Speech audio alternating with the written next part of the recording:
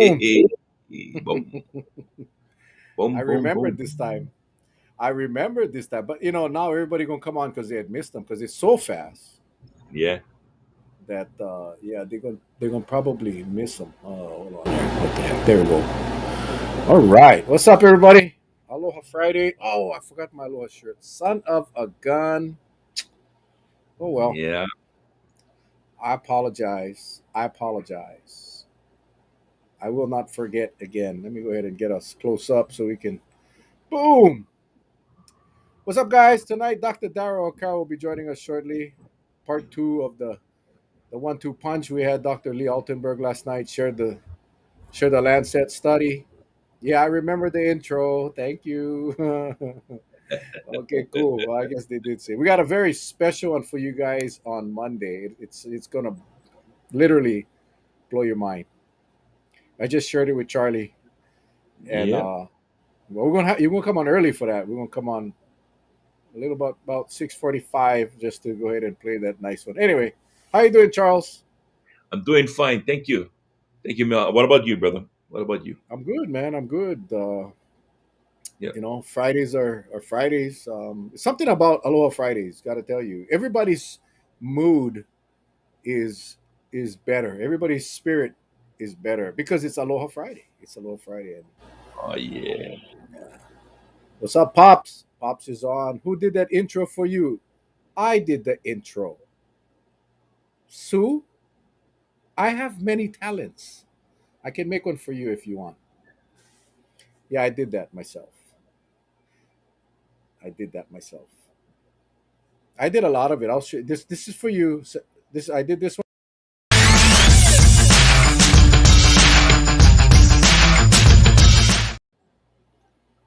and of course this one here, folks.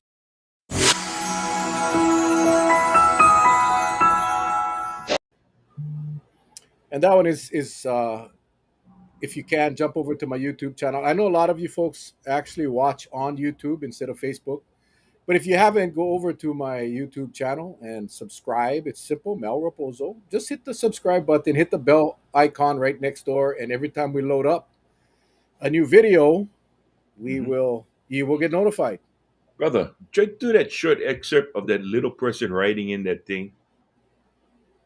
Oh, you mean the The star, is it was star? you like that one? Yeah. Yeah. Just do a little excerpt. Do a, Okay, this is just for Sue Kanoho. Just for Sue. This is not the one we'll show you on Monday. This is just one that I'm playing with. Hang on.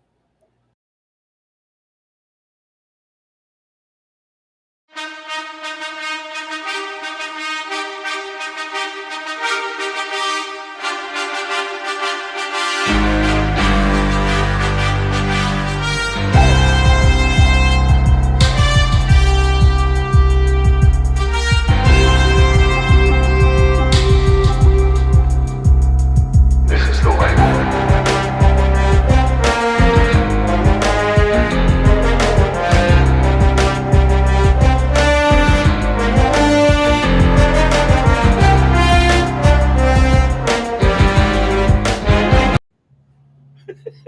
Charlie likes that one. yeah. Baby Yoda. He actually has another name. I don't. Honestly, the first Star Wars. I've only seen one. Yeah. It's Mayor Kim. No, Mayor Kim is the real Yoda. This is Baby Yoda. He has another name. I'm sure one of you know what it is. I don't. For the life of me, can't remember. He was not a Baby Mayor Kim. Yeah. Um. Oh, I thank you. can Look at my lovely remember. wife. My I lovely can wife bringing my remember coffee. seeing the first Star Wars. I saw it with a very, very dear friend. She and I went to the Cinerama Reef. I mean Cinerama Theater. That's located on King Street, right by King and Kapiolani. It's no longer there, but C&K uses it in their promo. Good time together. That old theater, Oh wow. Yeah. and I remember it was nice. Was nice. OMG, Mel. Oh, you know what? I can actually share these comments. I keep forgetting. Where did he go? Where did he go? Where did he go? Um, where did he go? Uh-oh. Mandalorian. Hope I spelled it right. I don't. I wouldn't even know. Here, Sue. Look at what she says. She's so sweet. I'm becoming a marketing whiz. No, not really. I watch a lot of YouTube to get to learn how to do things. But Mandalorian, Grogu. Yeah, I think that's the guy's name. Grogu. Thank you, Ike. Yeah, Grogu. That's the one. Ichiku. Here we go. Back to the Ichikus again. Yeah, I play around a lot with these things, and we're trying to build up. I just trying to build up some skills, but yeah, the old Cinerama is now an O'Reilly's Auto Parts store. Yes. Yes. You know, Yeah, I did a post one time when I was just into. I remember staying up from one night all the way to like 6 the next morning, and I must have posted everything from the old Civic Auditorium to the old Chevy where the convention center is now, the Chevy auto dealership on Alamoana and what is that, Atkinson. And then I went to the theaters at the old King, Princess, remember Liberty, uh, the drive-ins, Kailua, Kamehameha Drive-In, Cam Drive-In, as they call it. I forgot the name of the one that was at Pro City.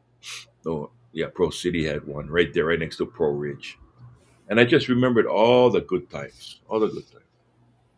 And when you, yeah, especially when you go to the drive-in, because you'd go to your favorite haunt, get your whatever. I remember my uncle them just loading up all the palehu, all the food in like a nice little basket. Go there, turn the car around, put the blanket outside, sit down, eat, wait for the show. Come on, that was them were the days. Them were the days. yeah. Sure was, man. Damn, I tell you, things have sure changed. Things Yep. have sure changed. Now we have the drive-in theater. It's a big inflatable screen. Koi Yep. Pop Warner, with the help of Warren Haruki and Grow Farm, donated a complete drive-in system with the sound system. So now this screen is massive. The cars drive up. They tell you what what frequency to put your radio in the car on, and you can just watch it. And it comes out of your vehicle, your auto speakers. And today the auto speakers, Yeah. all good, not like the old days. You remember AM radio? Remember AM when you man, that quality was the worst. But yeah, Yes. so Yes. yeah, Yes. man, I tell you, we gotta have one of those shows, Charlie. We gotta. Next week Friday we have Konishki, but maybe the following Friday we'll do a Yeah. reminiscing, a day of reminiscing, and in fact we don't even have to wait for Friday. We can do it any day of the week. Maybe we'll do it early next week. Maybe we'll do it Monday. I don't know. Yeah. With the way things are going right now, the numbers, statewide numbers, still high. Charlie, it's still high. Hmm. The deaths, 9 more deaths today. Did you see today? Two of the deaths were. Yeah, you can see the relief on my face, huh? When I see No, boop, look when I at see Doctor brother Darragh O'Carroll. Tommy. Man, you brothers, uh, brother Tommy, you stay right next to us. There There he he is. is. What's up, guys? Yes, the one What's and the up, man? only. Yes. This is a very new. I like this That, platform. This is cool. yeah. Well, it is because we can do a lot of things that I'm still learning, but it allows us to do a lot of different things. We had Dr. Lee Alton. By the way, guys, this is Dr. Darragh O'Carroll. Let me just go ahead and put this up. Boom. See, this is one of the things we can do. And we had Dr. Oh, somebody else is on. How come we got two? Oh, no, it's gone. We had another Darragh pop in. I'm thinking, oh. Anyway, Dr. Darragh O'Carroll was featured in one of the videos we played last night, one of the news excerpts.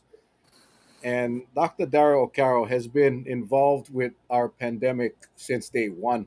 Um, Probably longer than Charlie and I have, but he has been very instrumental. You've seen him on CNN as well. He's been on the local news tons of times. But what he has done behind the scenes, which hasn't been on the news, is incredible. And he has Hmm. spoken out. He has spoken out about what he believes is happening and what are things that should be done. And we played the clip last night, Doc, about you telling certain individuals to get their heads out of the sand. Oh, And Doc, that's why we love you so much. Dr. Altenberg laid the foundation in a very diplomatic way, but sometimes we got to call it like we see it. And I'm concerned. I was just about to say before you popped in, literally popped in, that the numbers. Remember, go back a year ago, and when numbers weren't nowhere near 400 a day, and all of our leaders were freaking out, and they were talking about we actually had lockdowns or stay at homes with less numbers. And this morning, I saw the lieutenant governor's whiteboard briefing, and he focused on the 90% of eligible adults over the age of 18 are fully vaccinated. This is the same day we've lost nine. We lost 12 yesterday. We lost 12 the day before. I went back to the 15th. We've lost over 150 people this month. And he's celebrating the fact that we have 90% of adult individuals over the age of 18 fully vaccinated. But what I wanted to hope to get your insights on, Doc, is COVID doesn't only affect adults 18 and over. We have no, a bunch of no. kids under the age of 12 that cannot be vaccinated. We have that 12 to 17 segment of the population that he's leaving out of that 90%. I kind of want to get your thoughts on that. Sure. I mean, it's a statistic that needs to be placed in the right area, right? It's a certain percentage of the population, and I think giving more numbers like what percentage of the population is that, and how many do we have left to go? Um, it's not giving the whole context, is what it is, and that's been the characteristic throughout the start of the pandemic, right? Is not giving the full context. And when it started off, the lieutenant governor said there was 70% of people were going to be caught by the pre-travel test system before it was instituted on October 15th of 2020. And then it got bumped up to 80%. And then when the Lancet study came out, it got bumped up to 88%. When in fact, when Lee did his good work, it's in fact 20%. And so that's not just a small error. That's a pretty grave difference. That's a fourfold difference. And, when physicians, it's funny when you point these things out that you're immediately, as a physician myself, when I start talking and saying, hey, look, this is wrong. That's all I'm saying. Like, this is wrong. This is the wrong interpretation. You immediately get classified as being political. When no, that's not the case. Like when physicians do incorrect things or make mistakes, you go to something called like a morbidity and mortality conference, right? Is where like you stand up in front of your peers and you say like, all right, this is what I was thinking.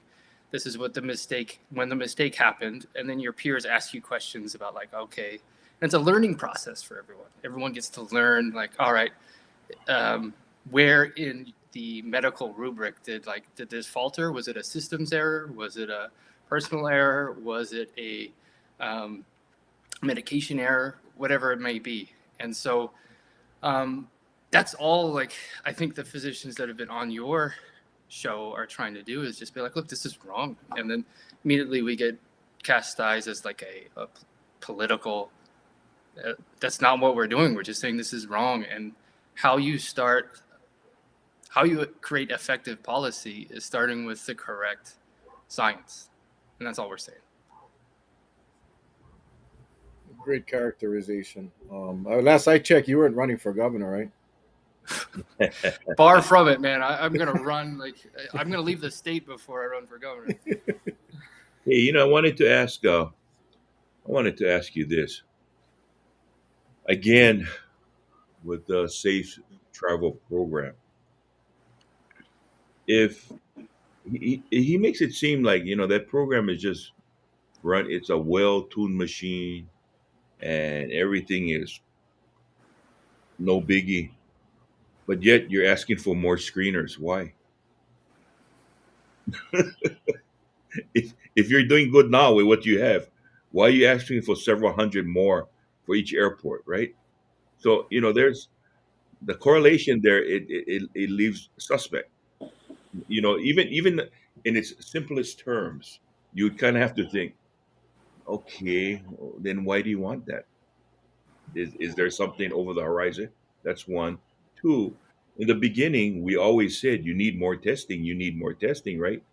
But again, they said, nah, we're doing okay. But when more testing again hit the horizon, what happened? With more testing came more numbers. And then once the cat's out of the bag, how do you dial it back? They couldn't already. It's at this point right now. So Doc, let me ask you this.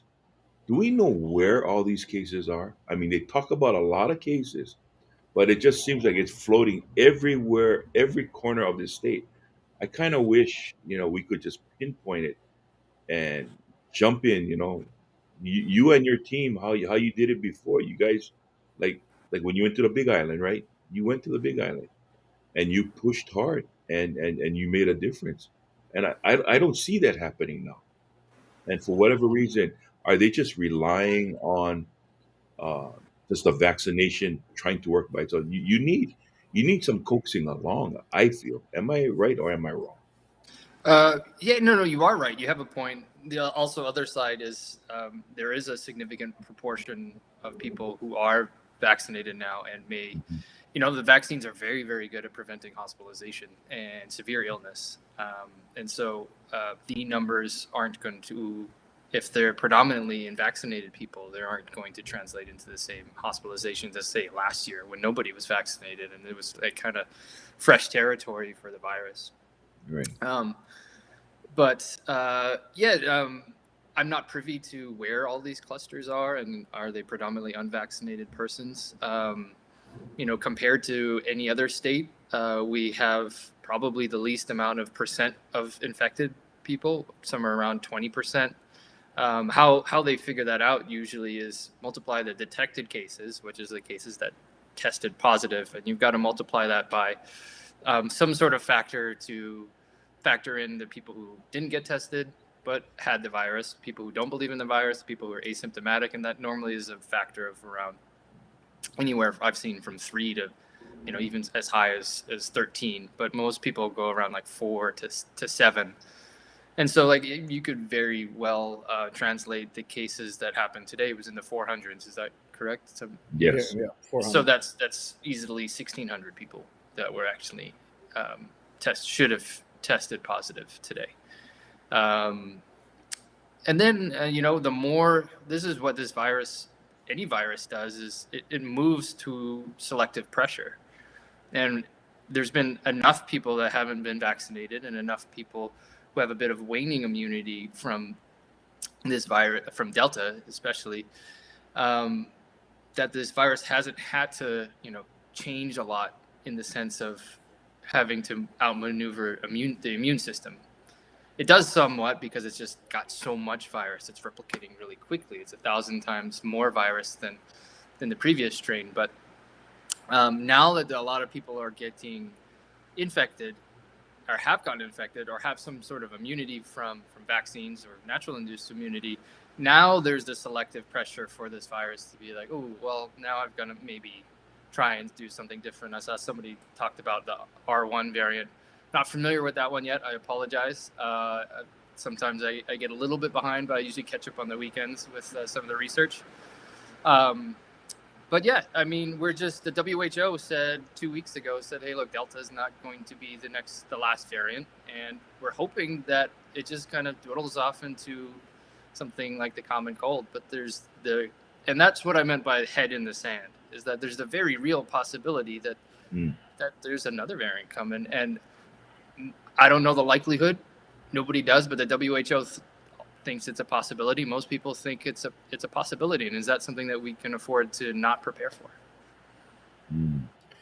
Yeah, I think that's one of the concerns. Yeah, because there's really no, as far as I can tell, that there is actually no preparation, and maybe there is behind the scenes that they don't share with the public, but there is no real preparation.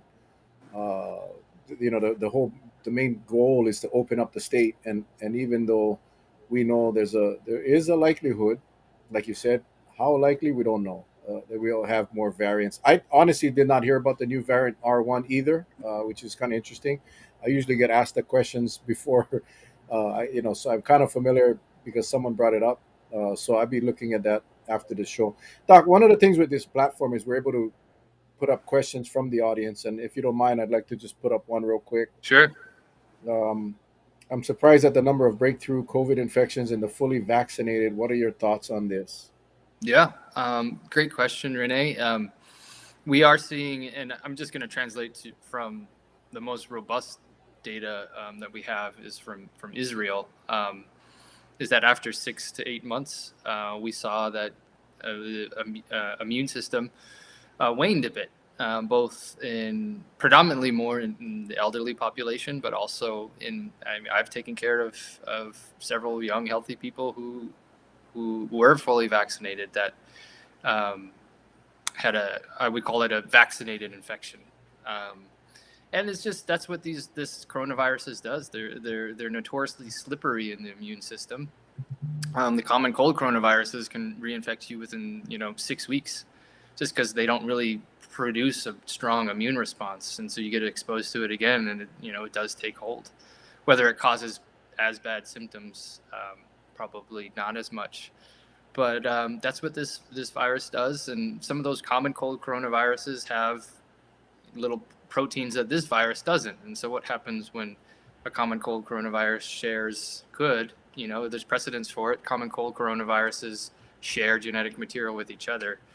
What happens if it shares a little bit of genetic material with this virus, and something that this virus didn't have previously? Not trying to say, and scare anybody. I'm just saying, look, this is the medicine and science. It's out there. It's happened.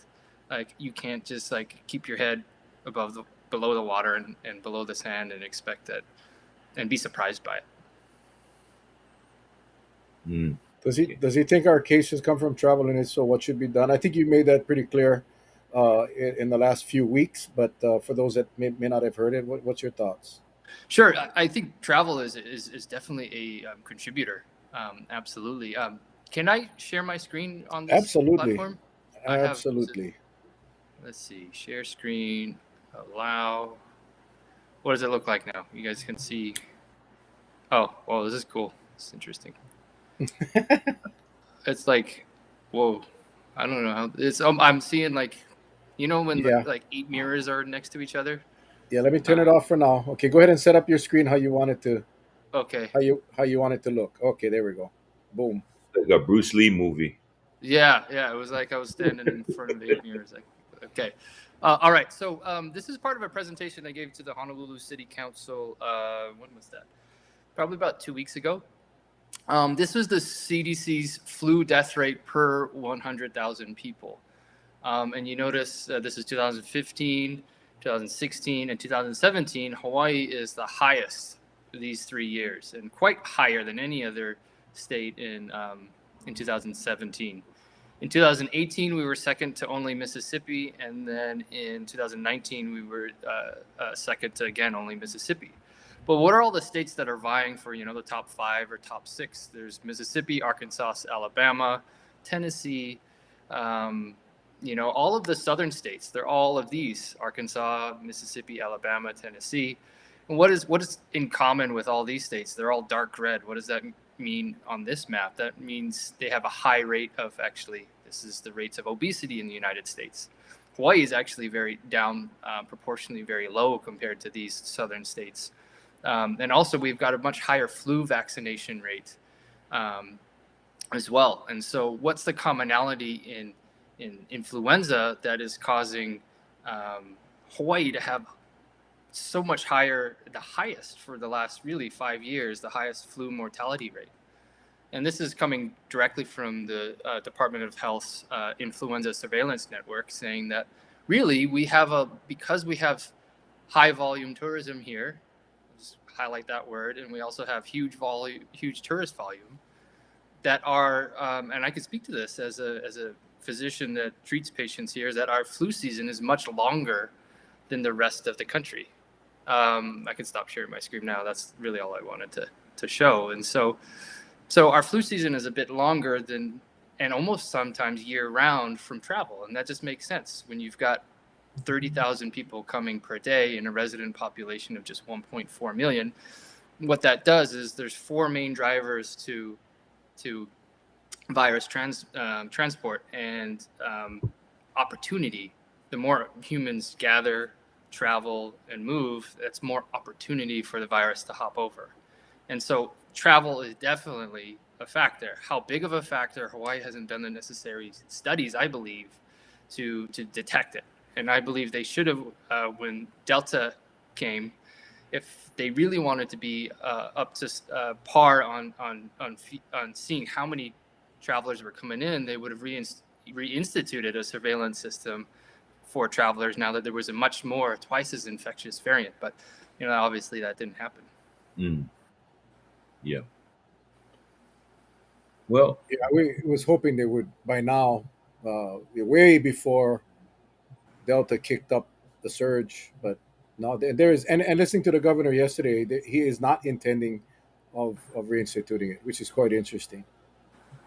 Yeah, and that's going to. We saw how quickly Delta took over here. In the span of less than a month. Whatever is coming next is going to do it quick. Not to say that our returning residents and even residents that are careless and gathering in groups don't have as equal or possibly more of a contribution, but the ratio of resident to travel, we don't know. We don't know that yet. I'm fairly confident we don't know that yet at all. Hey Doc, another question. So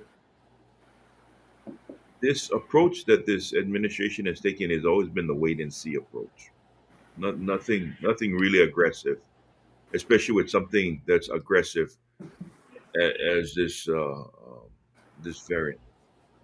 Do you think they'll take that same approach with the next virus and or variant or any type of mutation that occurs?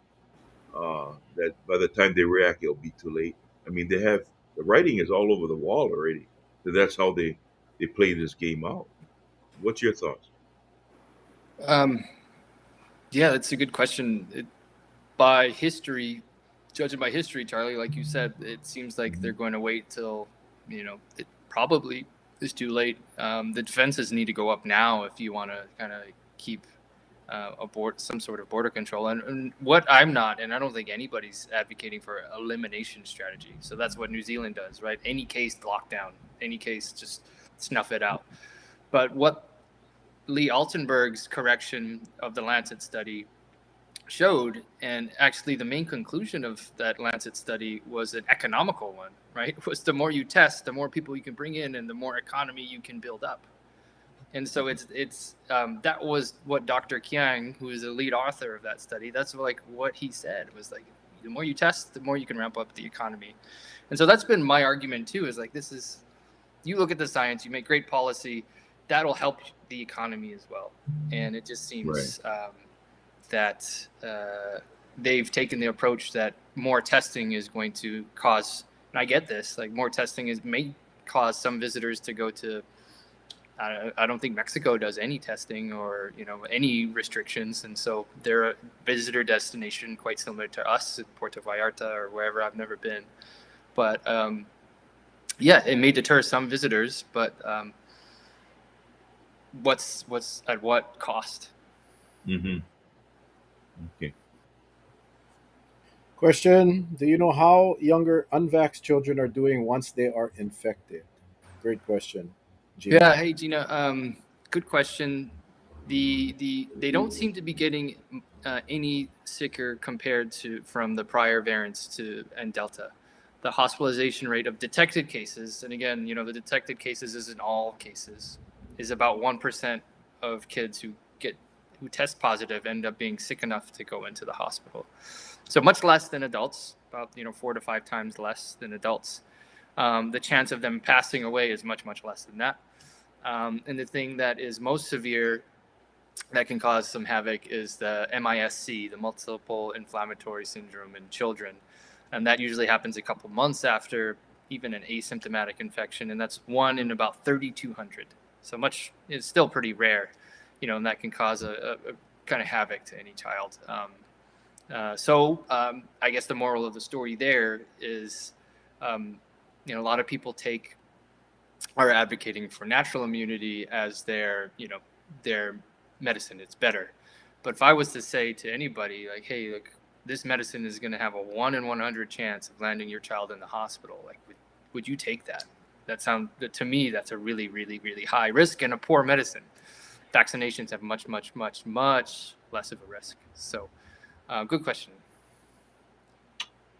A viewer wrote, was referring to The View today when they were going to interview the uh, vice president. But two of the hosts on The View had to be called off the stage because they had a positive test. And later it was discovering that it was a false positive. How can you get a Yeah. false positive? Or what causes a false positive or a false negative?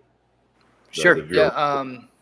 These tests are all really good most of them are all really good at excluding other viruses causing, because, coronaviruses, there's many common cold. There's 4 of them, right, that circulate around usually in the fall and winter. And so these tests are actually very good at excluding the common cold coronaviruses, or actually any other virus, most of them that I've looked at. So that usually isn't the cause of a false positive test.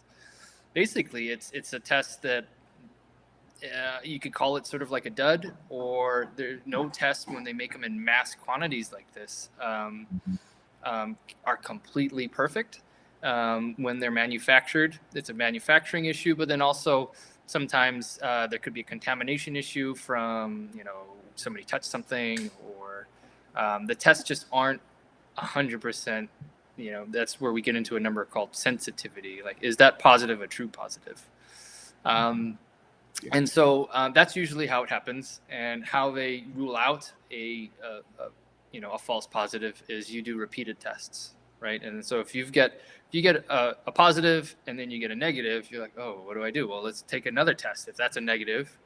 And if you're still unsure, like, take another test. And I would do rapid tests in this sense, because they're very good in the specific side.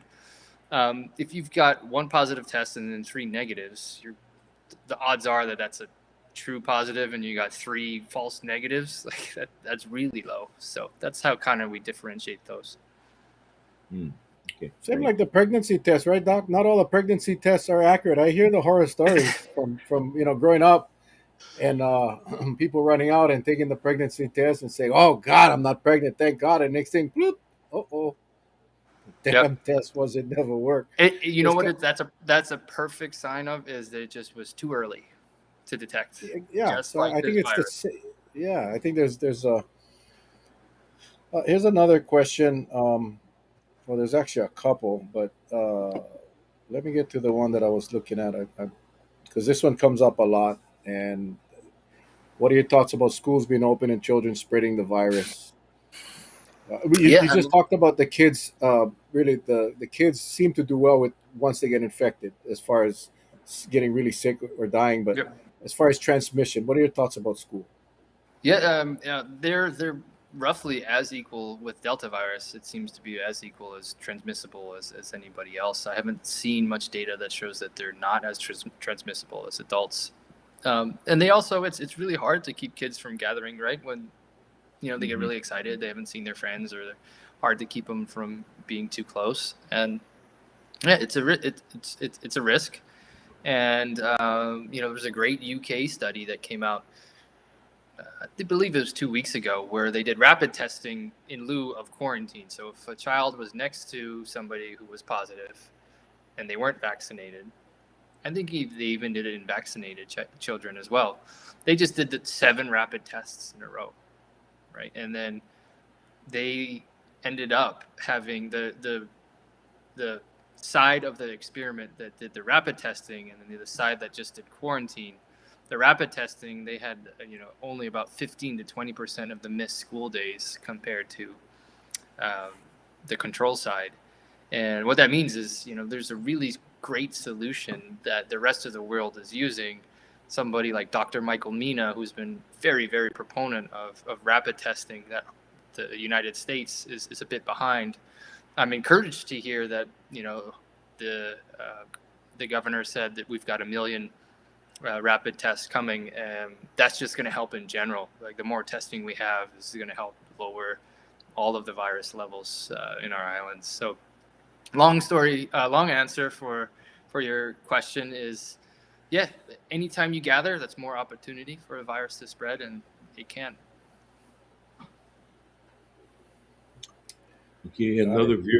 another viewer came up with, if you have COVID symptoms, but your rapid antigen test shows it negative, but you have COVID symptoms, would you recommend going in and getting a PCR test to confirm? Yeah, that's a great question. I would. The rapid tests are actually very good at when it matters most, when you have symptoms or you're contagious to other people. Mhm.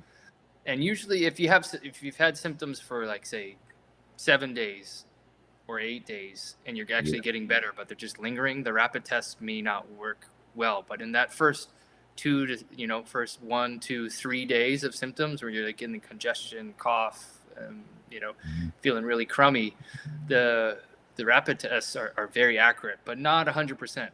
And so if you're having symptoms consistent with coronavirus, there's not many other viruses out there right now that are causing it. Flu has not really hit us yet. We expect it was absent last year because of all the masking and social distancing measures and lockdowns, but we Mhm. expect it to come back this year.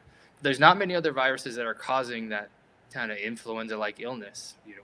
That's what we categorize a lot of these viruses as, is influenza-like, meaning sore throat, runny nose, fever, cough, malaise, meaning tiredness and body aches.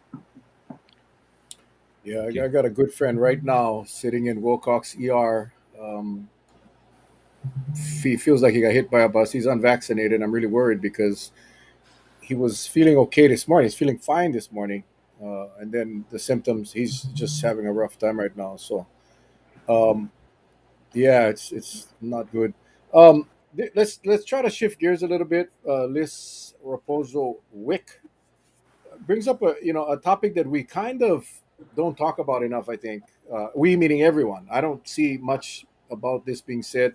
Eating habits have a large role in health. Yeah. Someone mentioned early on about obesity. I can't remember who was on the show talking about all what is an underlying condition. Obesity is obviously one of them. Of course, all these diabetes, high blood pressure, all of these things. But it, how important is it?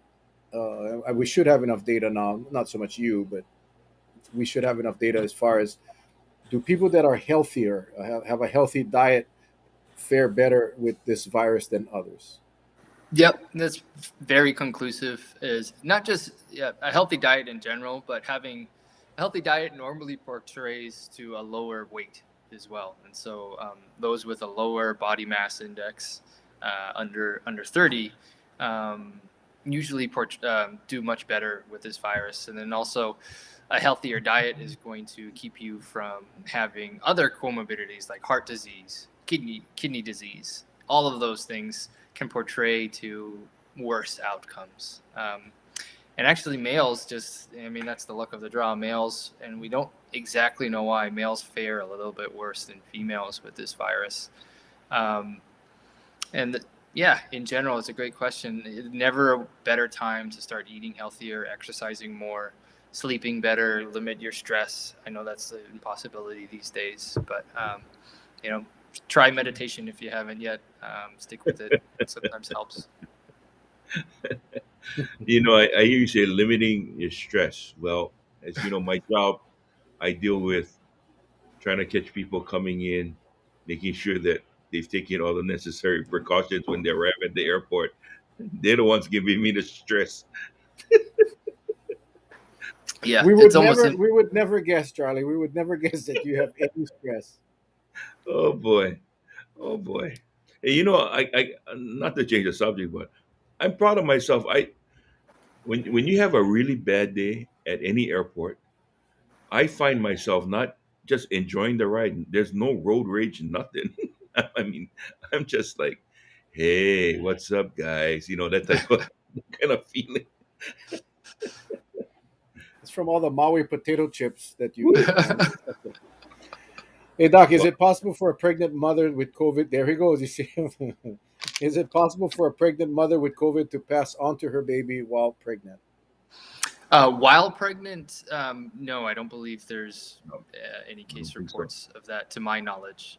What they can do is they can actually, if you get vaccinated, you can pass Yep. the antibodies on through the placenta, and they found antibodies from the mother in the cord blood as well. So that's a huge benefit. And then mothers also excrete um, um, antibodies in their breast milk as well while they're feeding the baby. So it's a really good way to protect the baby, because right now, newborns can't get vaccinated for COVID. So it's a really smart thing to do. I actually saw this on Facebook. Pregnant, I shouldn't say pregnant, but moms were actually selling their breast milk because it contained COVID antibodies. Oh, I yeah, saw it and was actually it was kind of bizarre. yeah, Yeah. and the other important thing about pregnancy and COVID is that the rates of getting ill from pregnancy and COVID are way higher than a normal female, an unpregnant female, and a lot of that has to do is, you've got a new person growing inside of your womb, so your immune system starts reacting a little bit differently, so it doesn't overreact, and it's just there's a lot of different immune changes and hormone changes when you become pregnant. And also there's a lot more clotting in pregnant people as well, just in general. And so COVID can cause clotting on top of that. And so the rates of going into the ICU, if you are pregnant and become infected with COVID, are 5 times higher. The rates of the baby ending up in the NICU is something like, astronomical, another 15 times higher. And so it's really, really a good thing to do is, if you're thinking about becoming pregnant and you're not vaccinated, get vaccinated. Question: Well, does pre-existing asthma really make COVID much worse? Yes, yeah, Scotty, great question. Asthma is a reactive airway disease. What it does is you've got, if you can imagine your airways, your small airways, your bronchioles, as your big airway splits into the two lungs and then splits again and splits again. The bronchioles are those really kind of last airways. They have muscle around them and they actually can contract. And so asthma is a disease where those little muscles are a little bit hyper reactive, and there's a lot of things that trigger them. And so if you've got any inflammation in your lungs that's irritating those muscles, they're going to clamp down even more. So asthma is definitely, I'm glad you brought that up, definitely a predisposing factor, as is COPD from somebody smoking too much, or any sort of lung disease is not good with COVID. okay. Right now, I'd like to take this short opportunity to thank my good friends over at Snickers. We want some positivity tonight, and we thank the good doc for giving us the word. So thank you, doc. But right now, I want to say thank you to the fine folks at Snickers, because, um, it's not polite to eat in front of the doc, but the doc and I are good friends, so I am going to eat in front of the doc. Yeah. No worries. Is that the ice cream version? Because that one's the best one. Ice cream version is the best one. No, this is the one when you just don't have an ice box around.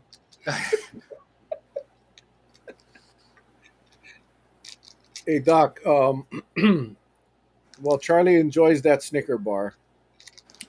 Uh, the numbers we have seen the numbers start to drop.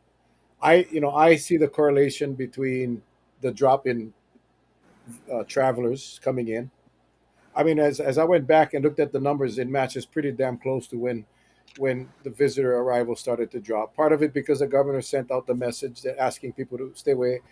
Part of it is just the natural flow of tourism. But we're going to start seeing an increase. Obviously, Charlie talked about the state's rush to go get pay bonuses for screeners. What do you attribute the recent drop in cases? And it's really a drop. It's still very high, but it has dropped from the 800s to the 400s. What do you attribute that to? Is it Sure. could be less testing as well? Sure. I haven't been keeping an eye on the total amount of testing. So if the total amount is going down, you're not going to catch as many cases. I do know that our percent positivity is going down. So that's an indication that there is less virus out there, and that's probably multiple factors. Is one, there's more people who've gotten infected and have some sort of immunity now, and there's also a lot more people who've gotten vaccinated, so they have immunity as well. Um, and so there's less places for this virus to kind of hop to.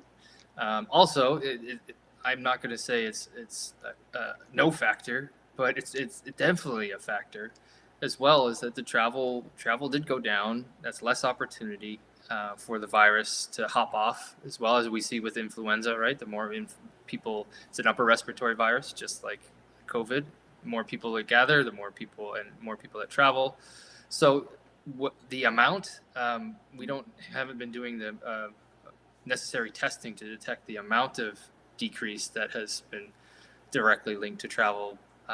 It is playing a factor. We just don't have the science to know. Another question for you, Doc, and this is one that kind of addresses a lot of the complaints that have been made by these wedding planners because they can, and unfortunately, you were trying to put your event together, right? And you run across the same thing with the amount of gathering. Um,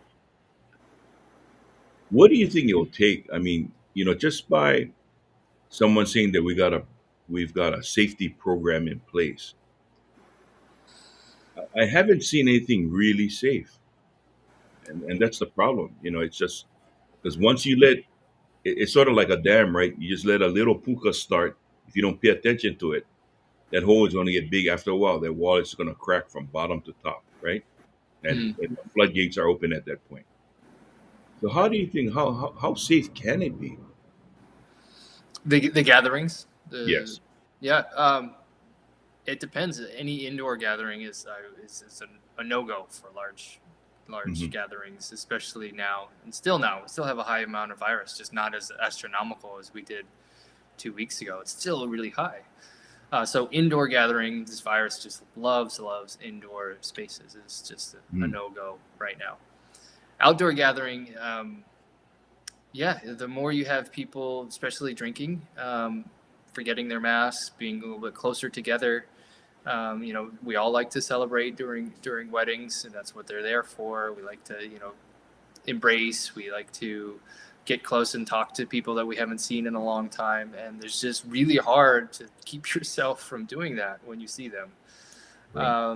And yeah, it's a risk. And um, are we at the place where we can have them at the moment? Probably not, and that's why the at least on Oahu, the mayor has continued at least for another, I think it's the end of October, the moratorium on large gatherings. But on the other hand, and correct me if I'm wrong, probably your viewers know this, and you guys maybe know this better as well. Is are there still large gatherings and luau's happening? Because that's just the same. Like there's no magic dust that keeps luau's safe. Um, and they're gathering in larger numbers, and so I don't understand the logic there. Yeah. Well, Mel, Well, the, have at the it, Mel. luau's the luau's are still happening. I know at least two different luau's. One that's once a week, over 300 visitors, and another company here that does one 3 times a week, anywhere from 350 to 400 people per luau. And I just saw a photo from last night. Grand Wailea had a massive wedding at the Grand Wailea in Maui. Um, Hundreds and hundreds of people. So yeah, I don't buy the crap that they come out and it's selective. If it doesn't impact the visitor industry, go for it. Ban it. But if it impacts the visitor industry, no, we really can't do that because we don't want to inconvenience these people. And that's what obsessed me because, as Dr. Altenberg clearly said in the Lancet study, these viruses are coming in. They get spread around in these events, and then these people go out and spread it again.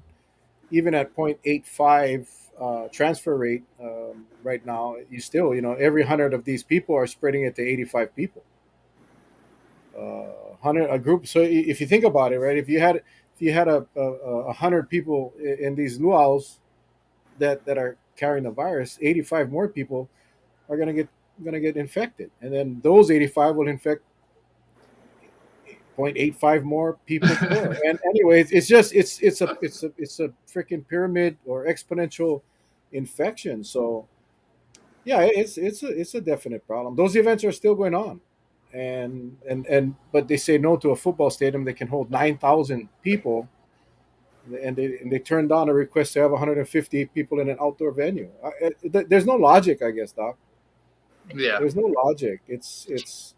I think they feel the more they take put restrictions on the local people, they satisfy their own agenda of doing something about it. As long as we don't impact the visitors, we'll be okay. And that I have a hard time with. Anyone, please prove me. And I'm talking about the governor, lieutenant governor, any of these HTA, HLTA, XYZ, CYA, whatever. Prove me that I'm wrong, because your actions don't show it. Actions surely don't show it. Well, I think one thing that's really, I would say, contradicting in a sense is if you say wear your mask and socially distance, and I do that in a stadium, and they only allow a certain amount, and we follow those rules, I think it goes against what you're telling everyone to do. So it's kind of a no-win situation, and I think that's why you'll get individuals going out and breaking the rules because they just get tired. They feel everything is one-sided. Everything seems to be one-sided. Yeah, I strongly feel we should be doing something like the UK, where you get 5 rapid tests per week. The UK pays for them. They give the government gives it to you, and you just you take it right before. Oh, I'm going to go to a football game, or I'm going to a wedding, and you have not 100%, but pretty close to it. Assurance that you're not infectious and endangering other people, and that's the whole point of it, right? And then we could have those gatherings safely. But until then, there's the safety margin is minimal. Exactly, and that's. Exactly. Hey, Doc. There's another topic that rarely gets talked about, and I'm going to put it up because I want to have a balanced show, and I really want to. I've been hearing about adverse reactions. I've been getting a lot of YouTube videos from friends, in fact, even some family members.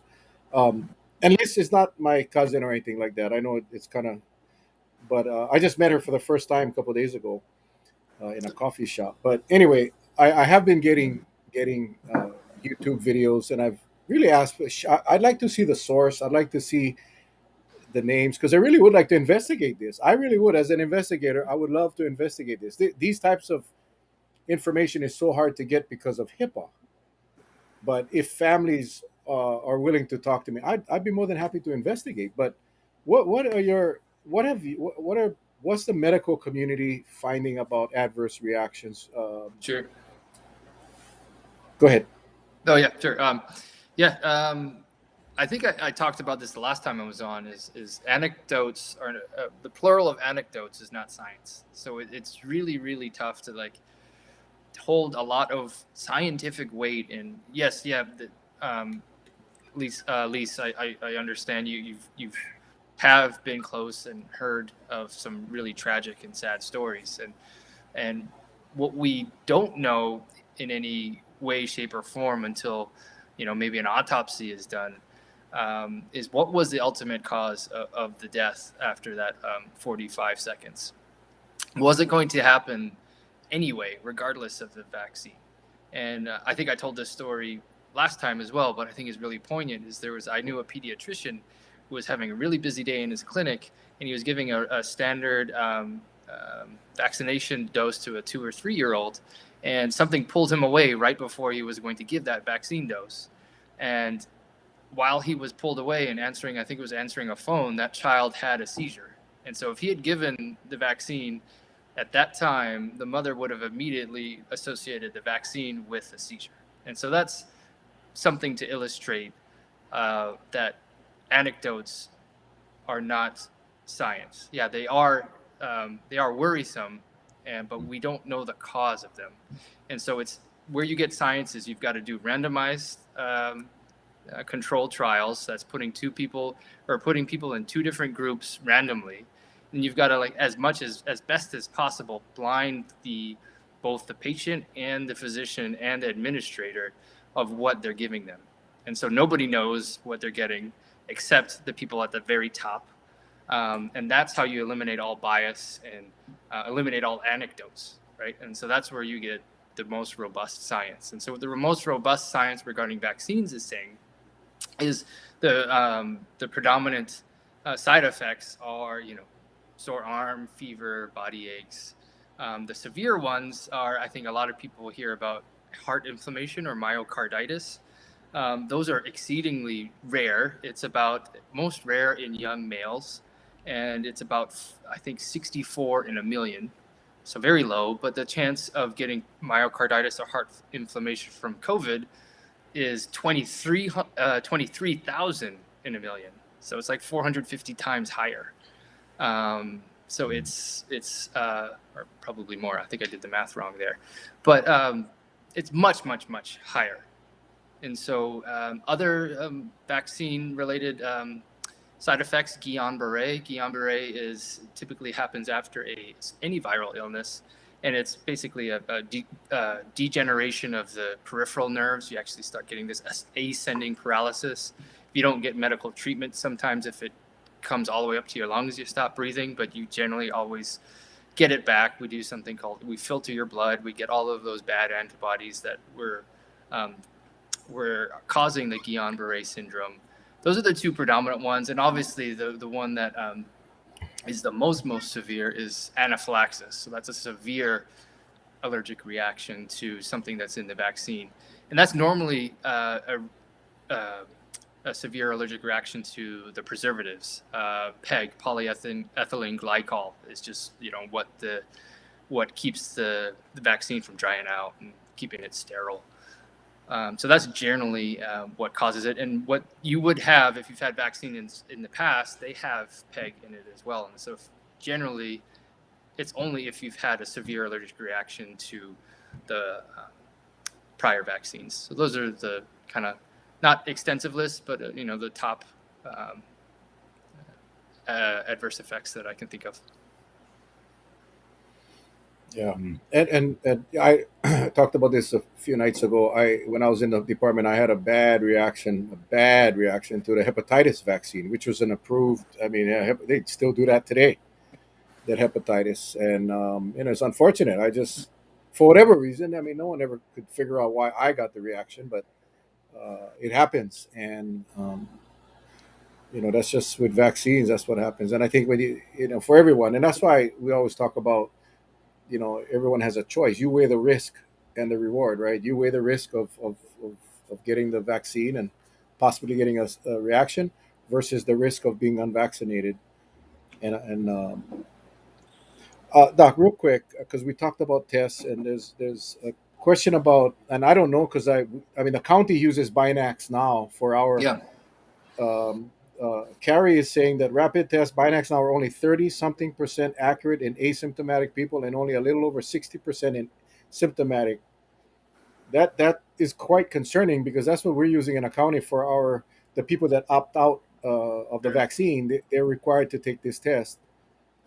Do you know anything about that? And if you don't, I know it's No, okay. Go ahead. I do, and I actually I'm not sure where those numbers are coming from, but the studies I've seen about rapid tests are in the days that it matters. So the 1 to 2 days before you start having symptoms, let's call it the day before you start having symptoms, where you're very, very contagious and you don't know you are. And then the day 0 that you start having symptoms, and then day 1, 2, and 3, they're about 96% sensitive in those days. And that's the days that really, really matter, when you're very infectious to others. So that's the studies I've seen, and I've seen many studies that show that they're very accurate when it matters, when you're very symptomatic, very contagious. However, you could still have symptoms, and the viral levels go sky high, and then they come down, and they have this long tail that kind of extends all the way out to there. And you could still be having symptoms, but the tail has just gone down far enough that these rapid tests no longer pick it up. But in that sky high point where you're having those first couple days of symptoms, these rapid tests are very good. And that's why that UK study with the kids, keeping them out of quarantine and giving a rapid test for 7 days, caught I think 98% of the infections. And so they're really good when you use them frequently, and that's the key, is a frequency rather than just hanging your head on on your hat on one test. And that's the reason why Dr. Lee Altenberg and the Lancet study is one test. It depends on when it is, right? Is it on that day, first day, day 0, day 1, or is it on day -2, right? Where you have virus in you, is just not enough to detect. And so it's really when the test is taken is the important part. Exactly. We've said this before, right? If the rules are you take a pretest prior to your getting on a flight to come here, I think the results of that pretest is in that given moment in time when you took the test. That's what it was.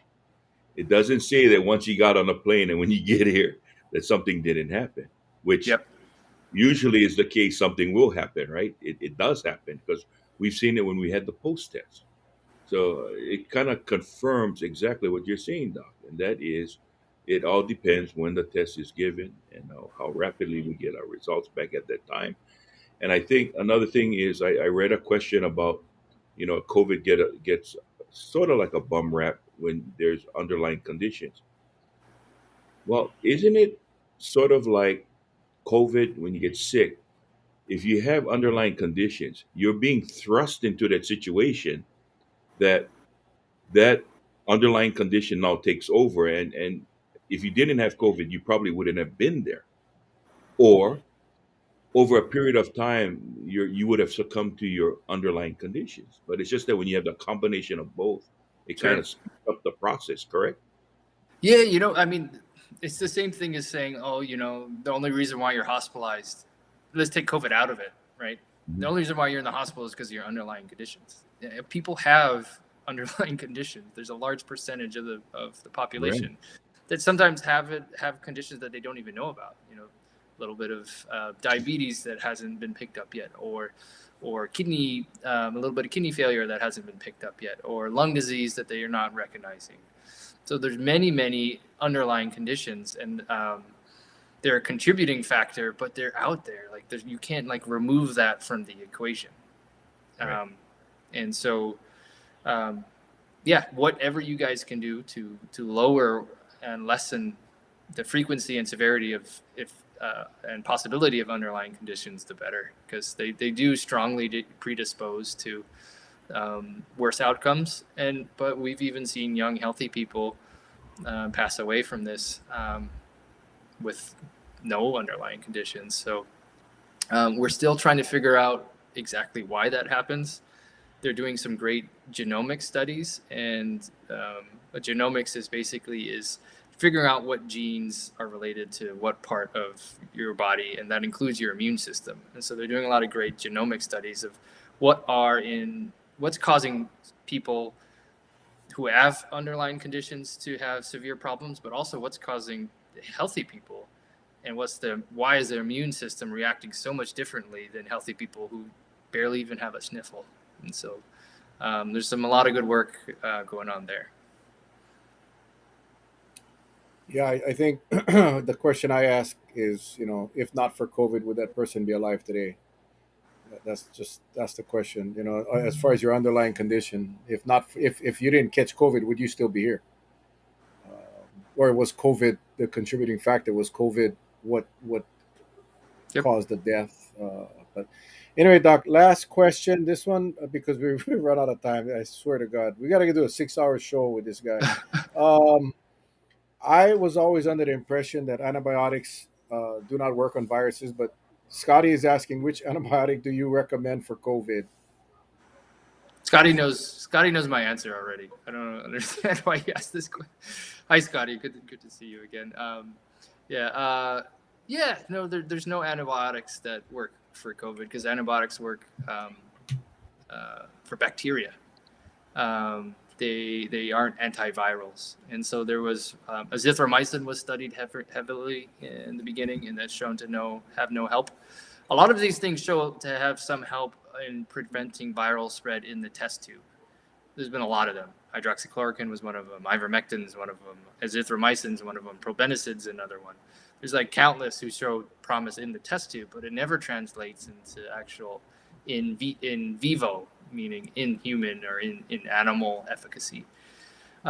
So, Scotty, to get antibiotics, normally what would happen is you have COVID and you develop a bacterial infection on top of it. And that normally, you would be very ill to have bacterial pneumonia on top of a viral COVID pneumonia. You'd be in the hospital and they'd be able to, probably find the bacteria in your blood at that point. But in the beginning of it, yeah, that would be like 10 days to 2 weeks into your illness. So the antibiotics would be used for a bacterial matter post COVID, and not for COVID itself. Correct. Well, I'm glad. I didn't know. I mean, I thanks for that clarification. Now it's clear to me. Thank you so much. All right, Yeah, no worries. Charlie. We got a lot of questions. This platform, because people, now they get to see the questions and everyone gets to see it. But man, we're out of time. So, any closing thoughts for our viewers, Doc? I mean, you're a celebrity, man. We appreciate you coming on, but No worries. Scotty, I just saw your reply there. Sometimes flu can cause the same thing. That's only if you're having prolonged, protracted illness from after flu that doesn't get better. Closing thoughts. I think everybody, it's Aloha Friday. Enjoy the weekend. Be safe. Remember that our collective actions, we're all one community, and the more we look out for each other and the more that we do the correct things, the healthier our community and all of us are going to be. So, Thanks for having me on. I really appreciate all the time I spend with you guys. awesome. Thanks, Doc. Charlie. Yes, sir. I'd like to say again, as always, thank you so much, Doc, for joining us tonight. It's always a pleasure to watch the interaction between the viewers and your responses from their questions, answering their questions. I'd like everybody to know that, without you, all of you, sharing your time with us and sharing some of your concerns, this show wouldn't be possible. We started this journey going close to 2 years now, when this all started way back when, and it's just grown and grown and grown. One thing to remember, as always, the information is out there. We try to get the best experts to try to convey in a palatable way that makes it more understandable.